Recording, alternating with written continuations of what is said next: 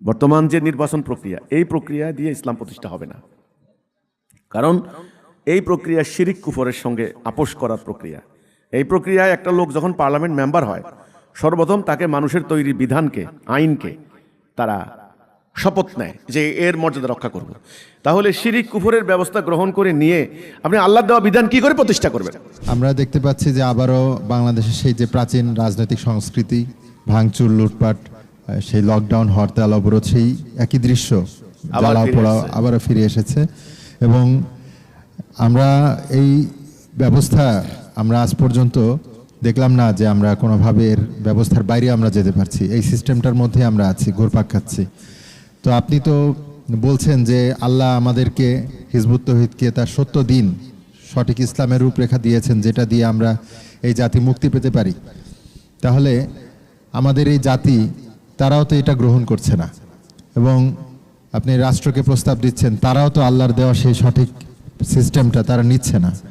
তাহলে আল্লাহর দেওয়া এই সিস্টেমটা দেওয়ার তাৎপর্য কি, দেওয়ার অর্থটা কি যদি মানুষ গ্রহণই না করে? আর এই যে সবাই বলছে যে আপনি রাজনীতি আপনিও করবেন না, যে একটা ক্ষমতার পালাবদলের ভিতরে যে আপনি আসবেন, রাজনৈতিক একটা নির্বাচন প্রক্রিয়া আছে, সেই প্রক্রিয়াতেও আপনি যাচ্ছেন না। তাহলে কি করে আল্লাহর দিন আমরা আশা করতে পারি যে এখানে প্রতিষ্ঠা হবে? প্রথম কথা হলো, আমরা বলছি আল্লাহর দিন, আল্লাহ আমাদেরকে দিন দিয়েছেন। এটা আমাদের মুখের দাবি না, এটা বাস্তবতা। আল্লাহ রাব্বুল আলামিন তার রাসূলকে হেদায়েত এবং সত্য দিন দিয়ে পাঠিয়েছেন। সূরা ফাতিহা 28, সূরা সফ 9, সূরা তওবা 33। ওয়াল্লাযী আরসালা রাসূলাহু বিল হুদা ওয়া দীনিল হক লিইয়ুযহিরাহু আলা দীনি কুল্লিহি। সেখানে আমি আমার রাসূলকে হেদায়েত এবং সত্য দিন দিয়ে পাঠিয়েছি, যেন অন্য সমস্ত দিনের উপরে এটাকে বিজয়ী করে। আপনারা জানেন রাসূলুল্লাহ ওনার নবুয়তি 23 বছরে 13 বছর গেছে তাওহীদের দিকে ডাক দিয়ে দিয়ে, বাকি 10 বছর আপনার এই লড়াই করেছেন। তিনি 78টা যুদ্ধ করেছেন, করে আরব জাজিরাতুল আরবে আল্লাহর দ্বীনটা প্রতিষ্ঠা করেছেন। এবং আল্লাহর দ্বীনটা প্রতিষ্ঠা হওয়ার পরেই আমরা দেখলাম যে আরবের সমাজের পরিবর্তন হলো। মারামারি হানাহানি চলতো, বন্ধ হয়ে গেল। হ্যাঁ, গোত্রে গোত্রে খুনাখুনি ছিল, গোত্রীয় দ্বন্দ্ব বন্ধ হয়ে গেল তারা একটা জাতি হলো। তো তাহলে আল্লাহর দেওয়া সেই দিনটা পরবর্তী উম্মাহ প্রতিষ্ঠা করেছিলেন। কিন্তু দুর্ভাগ্যজনক, আজকে সারা পৃথিবীতে ছড়িয়ে ছিটিয়ে থাকা 240 কোটি প্রায় বলা হচ্ছে, টোটাল পপুলেশনের 31% মুসলমান। সারা পৃথিবীতে 57টা রাষ্ট্রে এরা বিভক্ত। এই মুসলমানরা কিন্তু হাজারো ফেরকা মাযহাব বিভক্ত হয়েছে, আল্লাহর দেওয়া সেই দিন তারা বাদ দিয়েছে। বাদ দিয়ে এখন তারা যেভাবে রাষ্ট্র চালাচ্ছে, এই যে বর্তমানে বাংলাদেশে আপনি যেটা বললেন, আবারও ফিরে এসেছে হরতাল, অবরোধ, এগুলা। এই যে স্বার্থের রাজনীতি, এই যে হানাহানি, কামড়াকামড়ির রাজনীতি, ক্ষমতায় যাওয়া, ক্ষমতা কুক্ষিগত করে রাখা, ফ্যাসিস্ট হওয়া, এই যে রাজনীতি, এটা কি আল্লাহ রাসূলের শিখানো পদ্ধতি? না। এটা ব্রিটিশরা যখন আমাদেরকে দখল করলো, ওই আমাদের পাপের ফল, আমাদের অনৈক্যের ফল, আমাদের কুফরির ফল। তারা যখন আমাদেরকে দখল করলো, 300 বছর তারা দখল করতো। তারা চলে যাওয়ার পর, দ্বিতীয় বিশ্বযুদ্ধের পর, এই দেশে, এই ভারতবর্ষে তারা এই রাজনীতির এই মোয়া ধরাই দিয়ে গেছে, এই মূলা, এই পাবলিকের বলে গেছে গণতন্ত্র। গণতন্ত্রই হচ্ছে একমাত্র উত্তম আদর্শ, উত্তম জীবন ব্যবস্থা। মানুষের কথা বলা, বাক স্বাধীনতা, জীবনের নিরাপত্তা, গণতন্ত্র ছাড়া আর কোনো দুনিয়াতে কোনো ব্যবস্থাই নাই। অথচ এরা ভুলে গেছে আল্লাহর দেওয়া ব্যবস্থা।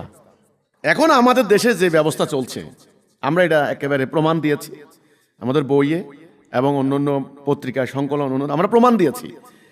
এই ব্যবস্থা কোনো মুসলমান মানতে পারে না। এখানে অর্থনীতি সুদের অর্থনীতি, সুদ মানতে পারে না মুসলমান।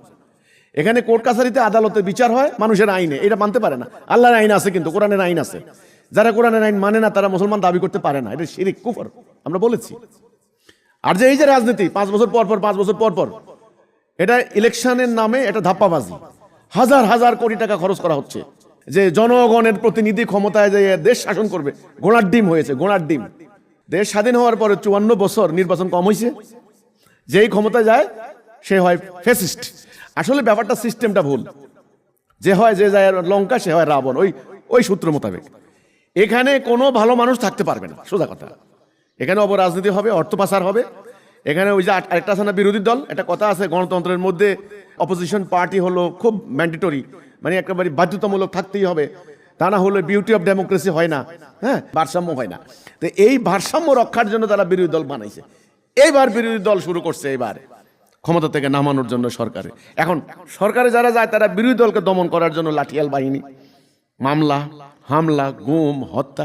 ওরা আবার কি করে এবার অবরোধ, হরতাল, জ্বালাও পোড়াও, অগ্নিসংযোগ, আগুন দিয়া পুরা বাস মানুষ জ্বালায় ফেলতেছে। দেখেন লকডাউন, লকডাউন দিয়া ডাক দেয়। কোথায় দিল্লি বসে থাকে, কোথায় লন্ডন বসে থাকে, কোথায় সিঙ্গাপুর বসে থাকে, সেখান থেকে বলে লকডাউন। যেমন মনে করেন বাপের সম্পদ জমিদারি, লকডাউন, হরতাল। মানুষ বাসের ভিতরে একটা কর্মচারী ঘুমাইছে, আর এই বেচারা বাসের পেট্রোল বোমা মাইরা বাসটা জ্বালাই দিল, লোকটা অঙ্গার হয়ে গেল। মানুষের ব্যবসা বাণিজ্য, ব্যবসা প্রতিষ্ঠান শেষ।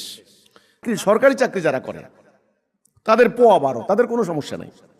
তারা রাষ্ট্রের বাজেটের এই যে প্রায় আপনার হলো 8 লক্ষ কোটি টাকা বাজেট, 1.25 লক্ষ কোটি টাকা খালি ওদের খালি বেতন যাবে, খালি ওদের বেতন। এদের কোনো সমস্যা নাই, এরা একটা সিন্ডিকেটের মতো। যেই সরকারি কর্মচারীরা, আপনি আর্মি বলেন, পুলিশ বলেন, আর সচিবালয়ের কর্মচারী বলেন, যারাই বলেন, যারা নাগরিককে নিরাপত্তা দিতে পারে না, ওরা বেতন খায় কেমনে? নাগরিকের বেতন খেতে পারে না, এরা অনৈতিক, অন্যায্য। যে রাজনীতি এই দেশের মানুষ বংশ পরম্পরায় আমরা এটাকে মেনটেন করে যাচ্ছেন, এই রাজনীতি আল্লাহ দেওয়া রাজনীতি নয়। এই রাজনীতি শিরিক কুফর। এটা পাশ্চাত্যদের রেখে দেওয়া বর্জ্য পদার্থ। এরা তারা খায় নাই, তারা প্র্যাকটিস করে নাই। তারা 300 বছর কিন্তু এই এলাকায় কোনো গণতন্ত্র প্র্যাকটিস করে নাই। আমাদেরকে বর্জ্য দিয়ে গেছে কিন্তু, মানে তোরা মারামারি কর, হানাহানি কর, কোনোদিন মাথা উঁচু করে দাঁড়াইতে পারবি না। আর তোরা মারামারি করবি, আমরা আসবো। জাতিসংঘ যেহেতু আমাদের, ওয়ার্ল্ড ব্যাংক আমাদের, আন্তর্জাতিক সংস্থাগুলি আমাদের, মানবাধিকার সংস্থা আমাদের, আমরা এখানে মাতব্বরি করবো, দুতিয়ালি করবো। আমাদের অ্যাম্বাসেডর যাবে, তোমাদের মধ্যে দেন দরবার করবে। বেশি বাড়াবাড়ি করলে আমরা ধাক্কায় ক্ষমতা থেকে নামাই দেব। এই যে একটা সিস্টেম আমরা দেখিয়েছি, আমরা বলেছি, এই সিস্টেমটা মানুষকে শান্তি দিতে পারবে না, এখান থেকে বের হইতে হবে। আল্লাহর দেওয়া জীবন ব্যবস্থা প্রতিষ্ঠা করতে হবে। এখন প্রশ্ন আসতে পারে যে আল্লাহর দেওয়া জীবন ব্যবস্থা প্রতিষ্ঠা হবে কিভাবে? কোরআনের আইন কিভাবে কার্যকরী হবে? মুসলমান তো কোরআনের আইন মানতে বাধ্য। সেটার একটা রূপরেখা আধুনিক যুগের মতো উপযোগী করে আমরা তুলে ধরেছি। যে আপনি প্রশ্ন করেছেন যে জাতি তো নিল না, না জাতি নিল না কেমনে বুঝলেন আপনি? জাতির সামনে তো আমার বক্তব্য দেওয়ার মতো পরিবেশ সৃষ্টি করা হয়নি। আমি তো কথাই বলতে পারি নাই এ পর্যন্ত, আমাকে কথা বলতে দিন। আমাদের দেশে একটা গোষ্ঠী আছে ধর্ম ব্যবসা করে খায়, ধর্ম ব্যবসায়ী। ওয়াজ মাহফিল না করলে এদের ভাতে চুলে আগুন জ্বলবে না, সোজা কথা। এরা ধর্মকে ব্যবসা করে খায়, ওয়াজ করে খায়, মুদ্দা দাফন করে খায়, মিলাদ মাহফিল করে খায়, ইমামতি করে খায়, মানে এরা ধর্ম ব্যবসা করে খায়। এরা তো আমাকে জাতির সামনে কথাই বলতে দেয় নাই। আর গত সরকার তো জনসভা খুব অধিকাংশ সভা সমাবেশে করতে দেয় নাই। তো কাজে জনগণের সামনে আমাকে কথা বলতে দেন, আমার বক্তব্য তুলে ধরতে দেন, তখন দেখবেন হিজবুত তৌহিদের বক্তব্য জনগণ নেয় কিনা। আর আপনি বলেছেন যে নির্বাচন করবেন না, তাহলে আপনারা কিভাবে জনগণ আপনাদেরকে সমর্থন দিবে? না, আমরা বলেছি যে এই যে বর্তমান যে নির্বাচন প্রক্রিয়া, এই প্রক্রিয়া দিয়ে ইসলাম প্রতিষ্ঠা হবে না। কারণ এই প্রক্রিয়া শিরিক কুফরের সঙ্গে আপোষ করার প্রক্রিয়া। এই প্রক্রিয়ায় একটা লোক যখন পার্লামেন্ট মেম্বার হয়, সর্বপ্রথম তাকে মানুষের তৈরি বিধানকে, আইনকে তারা শপথ নেয় যে এর মর্যাদা রক্ষা করব। তাহলে শিরিক কুফরের ব্যবস্থা গ্রহণ করে নিয়ে আপনি আল্লাহর দেওয়া বিধান কি করে প্রতিষ্ঠা করবেন? ইমানের প্রথম কথাটাই হলো, আপনি ইসলামে ঢুকবেন প্রথম কথাটা বলেই যে লা ইলাহা ইল্লাল্লাহ, আল্লাহ ছাড়া অন্য কারো বিধান মানি না, এটা বলেই কিন্তু আপনাকে ইসলামে ঢুকতে হয়। সেখানে আপনি অন্য কারো বিধান শপথ করে আপনি কিভাবে ইসলাম প্রতিষ্ঠা করবেন? ওখানে তো শিরিক হয়ে যাচ্ছে, ওখানে তো কুফর হয়ে যাচ্ছে। কাজে চলমান বিদ্যমান যে গণতান্ত্রিক ব্যবস্থা, সিস্টেম, এটা কোনো মুসলমান মানতে পারে না।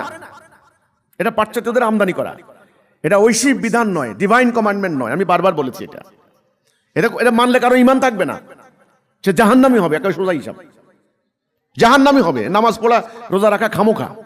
দুর্ভাগ্য লাগে যে আমাদের দ্বারা ধর্মভিত্তিক দলগুলি তারাও গেছে, এর ভিতরে তারাও ঢুকছে, ওই খাঁচায় তারাও ঢুকছে।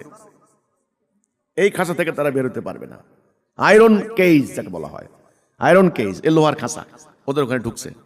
আপনি বললেন যে গত সরকার সংস্কার করেছেন, সংস্কার না, সংস্কার করে লাভ, সংস্কার কি? বিদ্যমান মানুষের তৈরি শিরিক কুফর এই ব্যবস্থাকে এদিকে ওদিকে রদবদল করে এটা সংস্কার বলে না। এটা কিছু করতে পারবে না, এতে কোনো লাভ হবে না, এটা দিয়ে আপনার অপরাজনীতি বন্ধ হবে না। এটা দিয়ে এই যে হরতাল অবরোধ জ্বালাও পোড়াও এই যে একটার পর একটা হচ্ছে, আগামী দিন যারা সরকারে যাবে তারাও কিন্তু হলফ করে বলতে পারবে না যে হরতাল অবরোধ বন্ধ হয়ে যাবে, না আরো বাড়বে। গত 3 দিন আমরা যেটা দেখলাম, মানে মনে হয় সিরিয়া, সোজা কথা। সারা রাত খালি ককটেল ফুটছে, ভয়ে আতঙ্কে মানুষ, বহু লক্ষ লক্ষ মানুষ ঘর থেকে বের হয় নাই।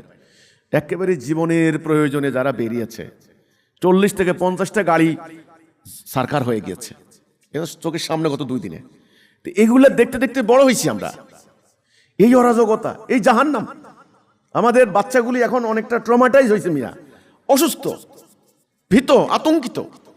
ফেসবুক আছে ইদানিং, ফেসবুক খুললেই গাড়িতে আগুন, একজনকে ধরে 50 জনে পিটাচ্ছে, গণপিটুনি, ধাওয়া পাল্টা ধাওয়া, টিয়ার গ্যাস, আক্রমণ। ছোট ছোট বাচ্চারা জিজ্ঞাসা করে আব্বু এটা কি, এটা কি, তো বলতে হচ্ছে এটা হচ্ছে এইটা। এখান থেকে বের হওয়ার জন্য আল্লাহ হিজবুত তৌহিদকে যে সত্যটা দান করেছেন, আল্লাহ দান। আমি কিন্তু এর আগেও বলেছি, সিরিয়ার মুসলমানরা বাঁচতে পারে না, তাদের কাছে কোনো রাস্তা ছিল না। আফগানিস্তানের মুসলমানরা বাঁচতে পারে নাই, তাদের কাছে কোনো রাস্তা ছিল না। ইরাকের মুসলমানরা গণকবর থেকে বাঁচতে পারে নাই, ফিলিস্তিনের মুসলমানরা বাঁচতে পারে নাই, কারণ ওদের কাছে কোনো সিরাতুল মুস্তাকিম ছিল না। আলহামদুলিল্লাহ বাংলাদেশের মাটিতে হিজবুত তাওহীদের মাধ্যমে আল্লাহ সিরাতুল মুস্তাকিম দিয়েছেন, আলহামদুলিল্লাহ। যদিও আমাদের এই পবিত্র বক্তব্য, আমাদের এই কথা, পরিষ্কার কথাকে এই ধর্ম ব্যবসায়ী একটা গোষ্ঠী অপপ্রচার চালিয়ে জনগণের মধ্যে একটা ধোঁয়াশা সৃষ্টি করেছে। জনগণ আমাদের সম্পর্কে ভালো করে জানতে পারে নাই, আমাদের বক্তব্য এখনো পায় নাই। আমাদের উচিত হবে এখন তাড়াতাড়ি আমাদের যারা ঈমান এনেছি, আমরা যারা মোমেন, সত্যনিষ্ঠ, যারা দেশকে ভালোবাসে, ঈমান নিয়ে মরতে চায়, তাদের উচিত দ্রুত দ্রুত রাষ্ট্রের জনগণের কাছে যাওয়া। মানে গ্রামে গ্রামে, পাড়ায় পাড়ায়, মহল্লায় মহল্লায় আপনারা যান, গিয়ে আপনারা, ওরা তো ভোট চাইবে, আপনারা ভোট চাইবেন না, ওরা ভোট চাইবে ভিক্ষুকের মতো।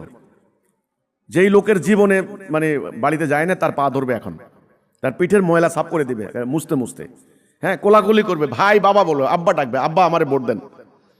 এরা ভোটের জন্য যাবে, এরা এরকম আমরা দেখে এসেছি এ পর্যন্ত। ভোট আসলে ভোট ভিক্ষা, এটার নাম দিয়েছে ভোট ভিক্ষা। ভিক্ষা করে, ভিক্ষুকও এত নির্লজ্জ হয় না, এরা ততখানি নির্লজ্জ। এরা জানে পিঠ মুছে পা ধরে সুমা দিয়ে কোন রকম আজকে ভোটটা আদায় করিনি, কালকে থেকে ওই ব্যাটারে আর চিনি না, রাষ্ট্র আমার। এটা একটা গণতন্ত্রের ধাপ্পাবাজি, ধোকাবাজি, ব্যাপারটা বুঝতে হবে। আপনার অস্থি মজ্জা বিক্রি করে দিচ্ছেন। এই একটা ভোট নয় কেবল, এটা ধাপ্পাবাজি বিরাট একটা। তারা ধাপ্পাটা এখানে, তারা বলে জনগণের নির্বাচিত প্রতিনিধি, জনগণের নির্বাচিত প্রতিনিধি রাষ্ট্র চালাবে। আরে ভাই, এ কথার ভিতরে কত বড় ধাপ্পা আছে আপনি জানেন? জনগণের নির্বাচিত প্রতিনিধি মানে রাষ্ট্র চালাবে কি দিয়া, কি দিয়া? আপনার আব্বা আপনার অকল্যাণ চায়? আব্বারে যদি বিষের বোতল ধরাই দেন, যারা আমার আব্বা যেহেতু দিছে কাজে আমি খাই ভালো হয়ে যাব, না, বোতলে যদি বিষ থাকে আব্বার হাতে খাইলেও মরবেন, আম্মার হাতে খাইলেও মরবেন। আল্লাহর দেওয়া বিধান বাদ দিয়ে ব্রিটিশের তৈরি এই বিধান যারাই চালাবে তাদের দ্বারাই নরককুণ্ড কায়েম হবে। এই জন্য আমার কথা, ওরা ভোট ভিক্ষা করবে আর তোমরা যাই তাওহীদের দাওয়াত দাও। এটা বিপ্লবের মন্ত্র, কলেমার দাওয়াত দাও, জনগণকে ঈমান বুঝাও, জিহাদ কি বুঝাও, কর্মসূচি বুঝাও। এখান থেকে বেরিয়ে এসে তারা কোন দিকে যাবে তাদের রাস্তা দেখাও, তাদেরকে ডাইরেকশন দাও। এটার নাম রাইট ডাইরেকশন, মানে হেদায়া। তাদেরকে বলো তোমরা ঈমান আনো, লা ইলাহা ইল্লাল্লাহ, আল্লাহ ছাড়া কারো বিধান মানি না, তবে আল্লাহ তোমার প্রতি রহম করবেন। এটা ওদেরকে বুঝান। এ কথা বলতে হবে যে আল্লাহর দেওয়া হুকুমের দিকে আসেন, আল্লাহর আইন, আল্লাহর বিধান কায়েম করতে হবে, মানুষের তৈরি বিধানকে বাদ দিতে হবে। যত ইলেকশন হোক দেখবেন আগামী দিন আরো হরতাল হবে, আরো অবরোধ হবে। কালকে তো 2 দিন দেখছেন পেট্রোল মারামারি, পেট্রোল বোমা, দেখবেন কয়েকদিন পরে বড় বড় বোম মারবে। এটা সিরিয়া হয়েছে, এটা ইরাকে হয়েছে, এটা এখানেও সেটা হবে।